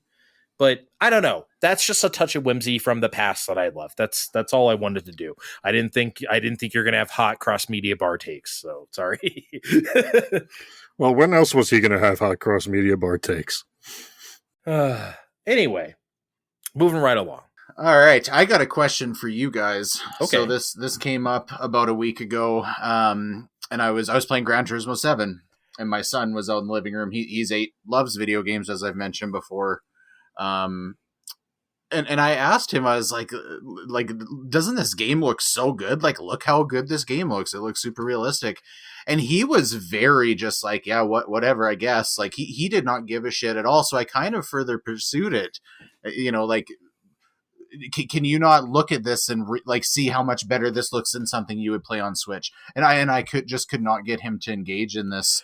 So I started wondering, and maybe it's just him, but the era we grew up in, we've seen graphics go from 8-bit or older in your cases, to modern generation. And so graphical leaps and bounds has always been a very important part of gaming and something very exciting when new consoles are coming out. And I know we've all got slightly different opinions on what we're getting for diminishing returns, but I think we can absolutely agree on the fact that we're never going to see those kinds of leaps and bounds, in the next 10 or 15 years like we have in the past 10 or 15 years or periods before that. And I don't know, like, overall, if that's just going to cause less importance to kind of the graphics or the technical aspect of games for somebody in his generation as it would to us. And I was curious to get your takes on that. Go ahead, Steve. First, I just want to remind Kevin that I was not, in fact, alive for most of Atari's lifespan, so fuck you for even implying that. It was just Andre. Oh my god, now I'm okay, fine. Just because it's my first show in my 40s doesn't mean you have to rip on me. I mean, geez. Secondly, my personal whatever's aside, Switch being primary, blah, blah, blah. I think a lot of it just has to do with the way we're presenting games now outside of the enthusiast sphere, because when we were younger, graphics was one of the biggest parts of the marketing. You might remember nonsense like blast processing, or even that the Atari Jaguar ad with the teacher who's like, do the math, and she'd slap the chalkboard. We slapped these processors together and it's 64 bits and this is what it looks like. And that was just what we show. That was what everyone focused on, because that's what you were able to show in a page or two in a magazine for a while. There's a bit more to it. Right? There's a bit more to it now, and that's not what everyone really cares about anymore. We know more about games now. I just think it's funny how, like, younger people sometimes are like, well, Nintendo has never cared about graphics. They named an entire console after how many bits it had. Of course they did. What are you talking about? Like, I mean, but, it's a certain perspective. So that's why I brought that up. They don't really think about it that way. 64 wasn't just a number they pulled out of their ass. But here's to, like, not necessarily counter the story you were telling, but, like, there are some kids who genuinely don't care about that shit, though, and Matthew may just be one of those, and I was definitely not that way. You know what I mean? But me and my friends would go to, I think I've told you guys this, we'd go to the arcade and we'd play Killer Instinct. Oh, it's the new hottest thing. And then my friend got it for SNES, like for his birthday, and they were both sitting there having a ball. We were 3 hours prior. We were just at the arcade playing the real thing, and now we're playing it on Super Nintendo. They're having the time of their life. I'm sitting there horrified, like I'm watching a horror movie. I'm like, I cannot believe they like playing this. This is the most on-brand Andre story. Oh, yeah, it really is. It's one of my most on-brand stories. And I was just like, after cake or whatever, I was like, oh, I have to go home. My mom wants me home by whatever time it was on the clock. You know what I mean? I left early because by these shitty Killer Instinct graphics. Yeah, I had to leave. I even brought over my Samurai Showdown OAV on brand new VHS that we all watched too. Fucking stopped and screamed, "Hey, you guys! Super Mario RPG sucks" on his way out the door. If it was out yet, I would have said that. and then he knocked a kid into the sewer grate, said, "Fuck Donkey Kong Country." Just on the way home, just shoulder rammed him. But no, I've always been that guy when it comes to fidelity. That doesn't mean that it means everything, But it sure as hell matters. Whoever said like graphics don't matter, gameplay does is the biggest lie ever told. Like, of course it matters. I'm not that guy, but growing up, obviously graphics was a huge part in gaming. I'm just curious. I don't know. I wonder if, so the Nintendo example is interesting because ever since we have seen them kind of go into this innovation route as opposed to powerful hardware. And I wonder if that's going to be necessary for everybody moving forward. If there's like, if you can't get people excited about, okay, so we're, next generation, what does PS6 look like? Like how we going up to 240 a second as standard? Like yeah. I mean, like, yeah, it's impossible to imagine, right? So, but excuse me, going back to what I was saying before, that's not that's not even what's being presented anymore. I don't watch a lot of TV on TV anymore, but when I do, the game ads that do come on, no matter whatever the platform is, they're just showing you what games are coming out. They're not putting emphasis on, look at this bleeding edge technology we're running it on. That's just not the time we're in anymore. I mean, like, we also know that stuff doesn't show well in a commercial anymore. I think that's part of it too. Mm-hmm. We have so much variance in like how many frames a second, how many hertz our TV is, or how our resolutions and stuff like that, when that wasn't the case before. We're all on relatively the same playing field. There's also that we're playing games in 4K, and I'm playing games on 120 frames a second. I don't think you guys, either of you, have 120 frames per second display, or nope. Yeah, so like, I'm experiencing different graphics than you guys. That's also a thing that wasn't a thing before. And that also gets more divided the more we have like PlayStation 4 Pro or, these other half-step measures, which I'm sure won't stop. So, yeah, I don't know. It's interesting. I still think it matters, and it always will. How much and to what kind of people, who knows, right? But I can't see a world where it won't matter to me. I think when he sees something that he needs to find the game that he really likes the way it looks. I don't think he's going to be impressed by cars driving around, whatever. That might be that game is... The subject matter needs to appeal to him, too. He needs to find his... He needs to find his Zelda, because that's the sort of thing that got my attention back in the day in terms of that sort of thing. When we were talking about games that graphically floored us, I think a few episodes ago or whatever, I said Super Mario World because I had a direct connection with that. I had played, the NES trilogy, and then I saw it stepped up. And yes, I was an arcade gamer. Yes, I had seen better graphics than that at the arcade by this and that game or whatever, racing games or whatever, right? It was a Super Mario World that blew me away, because it was like Mario used to look like this, and now it looks like this. That's why it blew my mind. So I think Steve is right. Once he sees something like that will similarly matters to him in that way, then he will probably feel the same way. But yeah. Yeah, you might be right. I'm really interested to revisit this idea in 10 years in retrospect, and kind of look with as technology changes and kind of what that trend looks like. It's going to get interesting. It really is. Especially with these new engines finally, whether it's Unreal 5, whether it's whatever, right? Like, that's when you really get those like big leaps, because... Yeah, we're probably going to see a lot, you're right, a lot more from the software side than the hardware side moving forward. And Google Stadia will be leading the way. What is that? No, I don't know. That just felt like something to say. All right.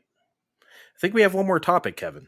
Yeah, so generally with this show, when we have a topic, we try and pose it around a question. But with this one, I want to uniquely do something a little bit different, and just talk about doing the show itself as a topic, and kind of leave it open ended. What are our aspirations for the show, and what do we find difficult about doing the show? Maybe what do we see the show turning into in the future. So I'll kick this off, because the reason I kind of thought about this, I always find it interesting that I wound up being involved in doing a podcast, period, because when I think about personally what my strengths and weaknesses are, I don't think of myself as a verbal person.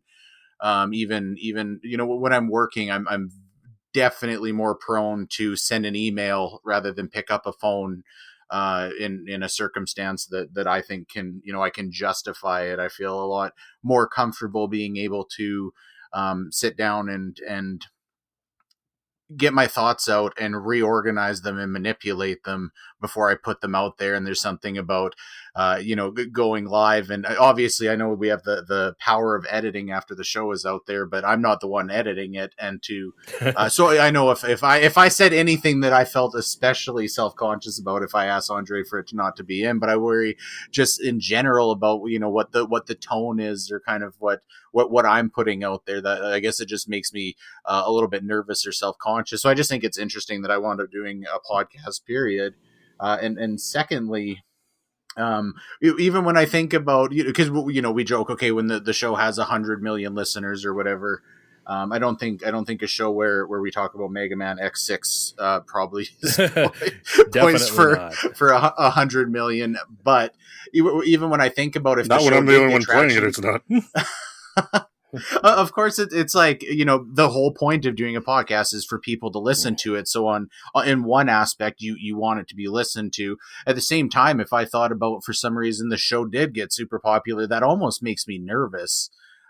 Just as far as, again, I'm definitely introverted, so that plays an aspect into it. So anyways, that's just kind of my soapbox talking. So I'll pitch it over to you guys. Okay. So yeah, first of all, you will never have to worry about that. The more I talk about, Ease, Oath, and Felgana, we will never hit the top of the charts, and that's fine. I'm like really bad at future questions. Like, where do you see yourself in 5 years? And like, I know that's not what you were doing, but like, you know what I mean? Like in like interviews and stuff like that. I'm like, those are the worst for me. What do you want to be when you grow up? Like as a kid, I don't fucking know. I'm 7 years old. Yes, I said those exact words. Jackass. But like, so I'm just that kind of guy. I'm very in the moment. I will say this though. I'm very surprised myself that it took me this long to start doing the podcast thing, because I've been listening to podcasts for like over 10 years. And I've always thought, oh man, that would be great. This kind of talk and that kind of section for, of course, about video games. And I've always thought about it. And when the opportunity arose with our previous creative endeavor, that's why I kind of jumped at it. But since I put this together for us, Fine Time, it's weirdly personal, but I'm also still not tied up in the same things. I don't care about the numbers. I don't expect we'll ever have any, and that's fine. Whoever listens to this show are the people I care about, however many people that is, whether it's 1 or 1 million.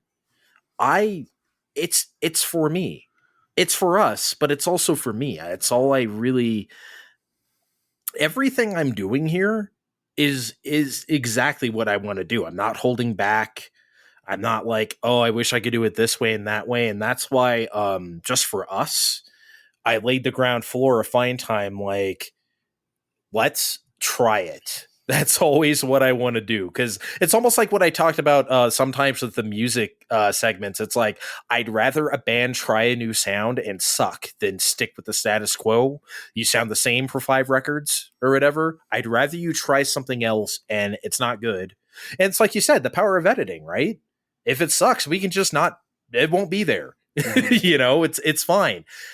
I want to try everything that we want to try together. I don't know if that answered your somewhat vague question, I guess, but I think it was perfect. That's all I really think of this show as. I don't have big aspirations. I don't aim high. I don't think into the future that way. I'm just doing what I like to do right now, and that's reading titles like Magnum Grandfather on the air and laughing. That's all I'm here for, Steve.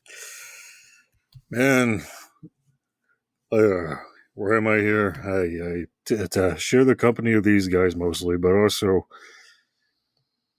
I don't know.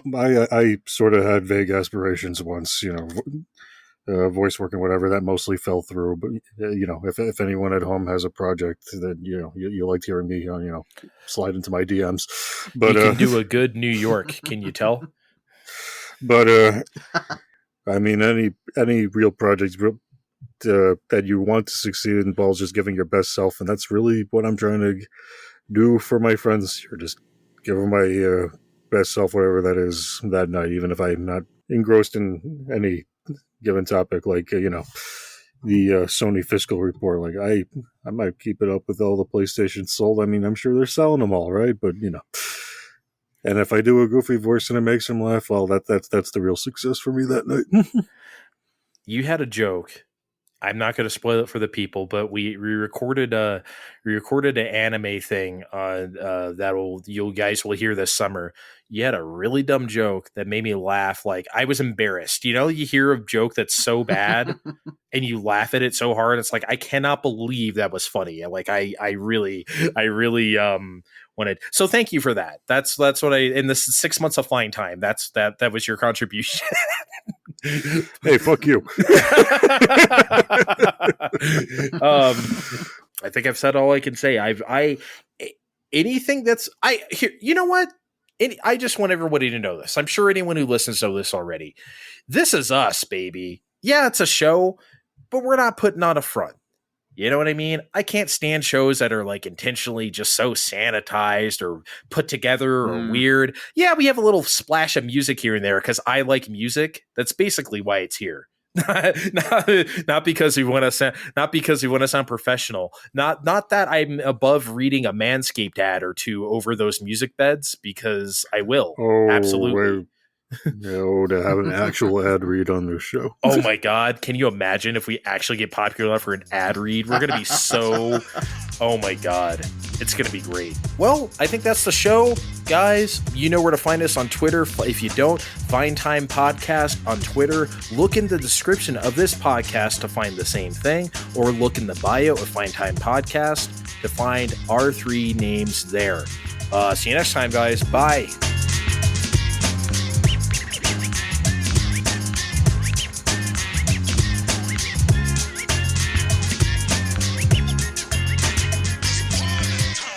Okay.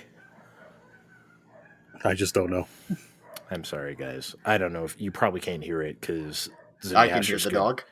There's 2 dogs going crazy at each other. I've been trying to ignore this all night, and then I heard what sounded like a buzzsaw on top of that.